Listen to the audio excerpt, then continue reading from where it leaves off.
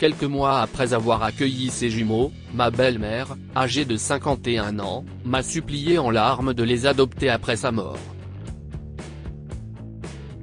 Je n'ai pas pu retenir mes larmes lorsqu'elle m'a fait une autre révélation bouleversante.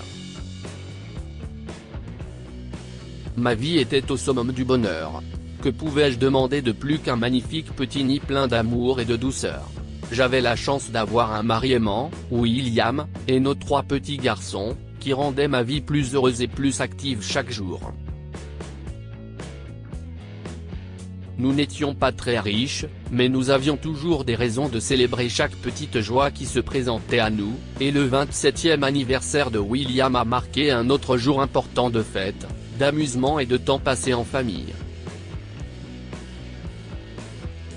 Nous avons organisé une fête d'anniversaire chez nous et invité mes beaux-parents, des membres de ma famille et des amis.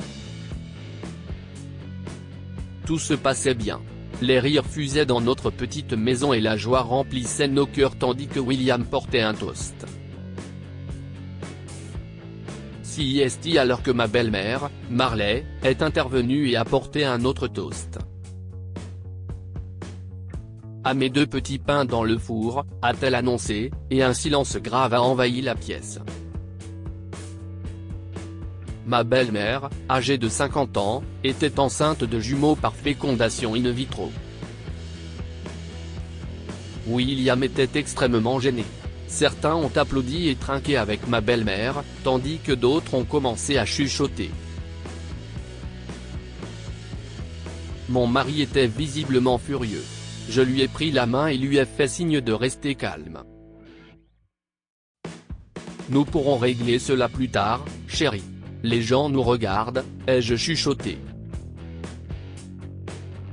Je savais que William aurait du mal à digérer la nouvelle, car nous avions prévu un autre bébé.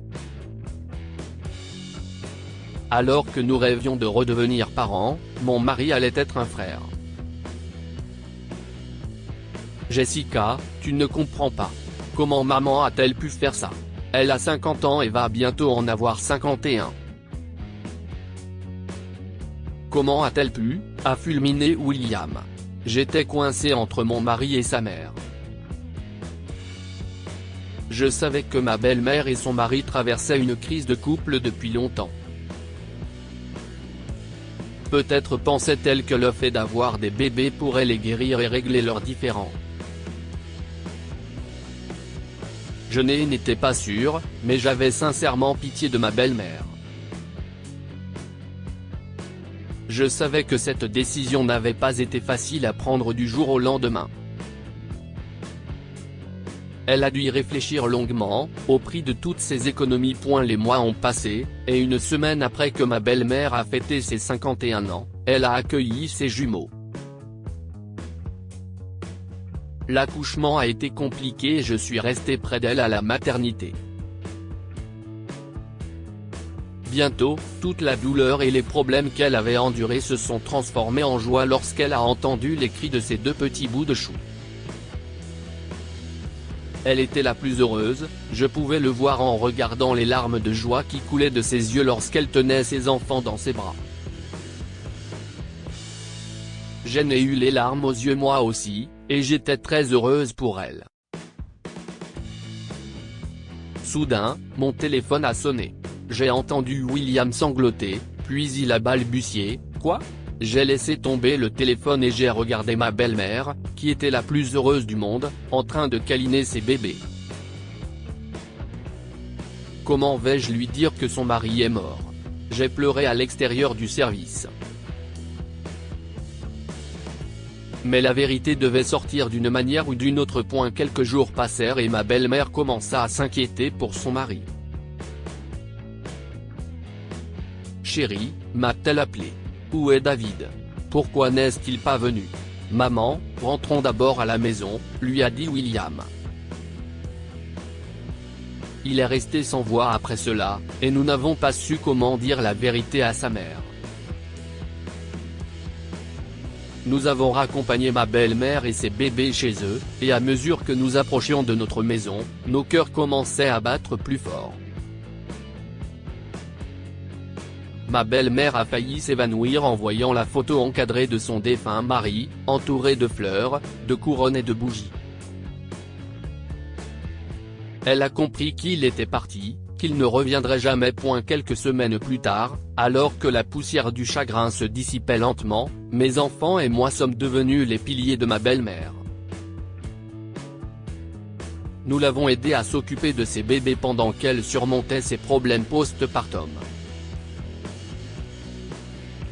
Alors que nous pensions que la tempête s'était calmée, ma belle-mère m'a appelé un jour pour me dire qu'elle voulait partager un secret. Mais lorsque je l'ai rencontrée en privé, elle m'a d'abord demandé de faire une promesse. « Jessica, voulez-vous adopter mes bébés après ma mort ?» a-t-elle demandé. Qu'est-ce ce qu'il y a? Pourquoi dites-vous cela? Parce qu'on m'a récemment diagnostiqué un cancer en phase terminale. Il ne me reste plus beaucoup de temps. J'ai été brisé en 1000 morceaux lorsque j'ai entendu cela. Mais ce n'est pas tout. Ma belle-mère a ensuite révélé un lourd secret que son défunt mari et elle avaient caché à William toute leur vie. David et moi pensions que notre relation s'améliorerait après l'adoption de William. Cela n'a pas été le cas, mais nous aimions notre fils au plus haut point. Mais nous ne cessions de penser que nous ne pouvions pas avoir d'enfants en raison de la stérilité de David. Je savais que c'était une idée stupide, mais je voulais devenir mère à 50 ans, et je n'avais pas encore atteint la ménopause. Je voulais avoir mes propres enfants, et la FIV m'a aidé. J'aurais dû le faire plus tôt, mais la peur de la société m'a toujours hanté. J'ai alors réalisé que la société ne vivait pas ma douleur. C'était moi qui la vivais. J'ai donc pris le risque. J'ai été surprise d'apprendre que mon mari était le fils adoptif de ma belle-mère. Pire encore, il n'était pas au courant. Comment vais-je lui dire la vérité? Dois-je même lui dire et détruire sa quiétude? Ou dois-je emporter ce secret dans ma tombe? Je réfléchissais. Ma belle-mère a brisé mon silence en me suppliant de lui promettre que je prendrais soin de ses bébés après sa mort. J'étais déchiré. J'avais déjà 3 enfants, William venait de commencer son nouveau travail et nous avions encore du mal à joindre les deux bouts. Mais l'histoire de ma belle-mère était différente. Elle était enseignante à la retraite et vivait de sa pension. Bref, elle n'avait pas connu de jours difficiles comme nous. Accueillir ses enfants signifiait doubler les responsabilités et les dépenses. J'ai eu du mal à prendre une décision, mais à ce moment-là, je ne pouvais pas penser à autre chose qu'à lui prêter mes épaules pour qu'elle puisse s'y appuyer. Je te le promets, maman. J'élèverai tes enfants comme les miens. Je serai leur mère, quoi qu'il arrive. Je sentais les obstacles se dresser sur ma route, mais j'étais prête à relever le défi. J'ai été élevé dans un foyer pour orphelins et je savais combien il était difficile de vivre sans le soutien et l'amour de ses parents. Quoi qu'il en soit, je n'étais pas prête à donner aux enfants de ma belle-mère une vie aussi sombre. Quelques mois plus tard, ma belle-mère a perdu son combat contre le cancer. Je savais que cela arriverait, mais je n'étais pas préparé à ce que cela se produise trop tôt. Après qu'elle a été enterrée aux côtés de son mari bien-aimé, j'ai décidé de révéler la vérité à William. Je savais que cela le blesserait, mais je devais le faire. Chérie, il y a quelque chose que je veux te dire, ai-je commencé en regardant profondément les yeux pleins de larmes de William. Il était évident que sa mère lui manquait énormément. J'ai promis à ta mère d'adopter ses bébés. Ils ont besoin de nous. Nous devons les élever. Nous ne pouvons pas les abandonner, chérie. À ce moment-là, mon mari m'a serré fort dans ses bras et a pleuré sur mon épaule. Il m'a dit qu'il avait d'abord été jaloux de ses frères et sœurs nouveau-nés, mais qu'après avoir perdu leurs deux parents en l'espace de quelques mois, il s'était rendu compte que ces deux petites vies innocentes avaient besoin de lui. Il a donc décidé de les recueillir et de les élever. Mon mari m'a dit qu'il attendait d'en parler avec moi et de me demander ma permission.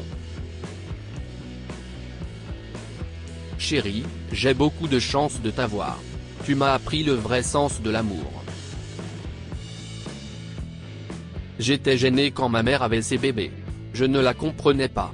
Mais elle me manque vraiment maintenant, et je veux lui dire à quel point je l'aimais, dit-il en pleurant. J'ai serré William dans mes bras et j'ai soupiré de soulagement. Mais il y avait encore quelque chose qui me turlupinait. Devrais-je parler à William de son adoption ? Ce jour-là, je me suis promis d'être une bonne mère pour mes 5 enfants et d'emporter le secret de l'adoption de mon mari dans la tombe. Cela ne changerait rien, car l'amour vient du cœur, pas de l'Aiden. Il aimait ses parents décédés et je ne voulais pas gâcher cela tant que j'étais en vie. Que pouvons-nous apprendre de cette histoire ? Seul l'amour et la gentillesse peuvent guérir un cœur brisé. Lorsque Marley a appris qu'elle allait bientôt mourir d'un cancer, elle a demandé à Jessica d'adopter ses bébés.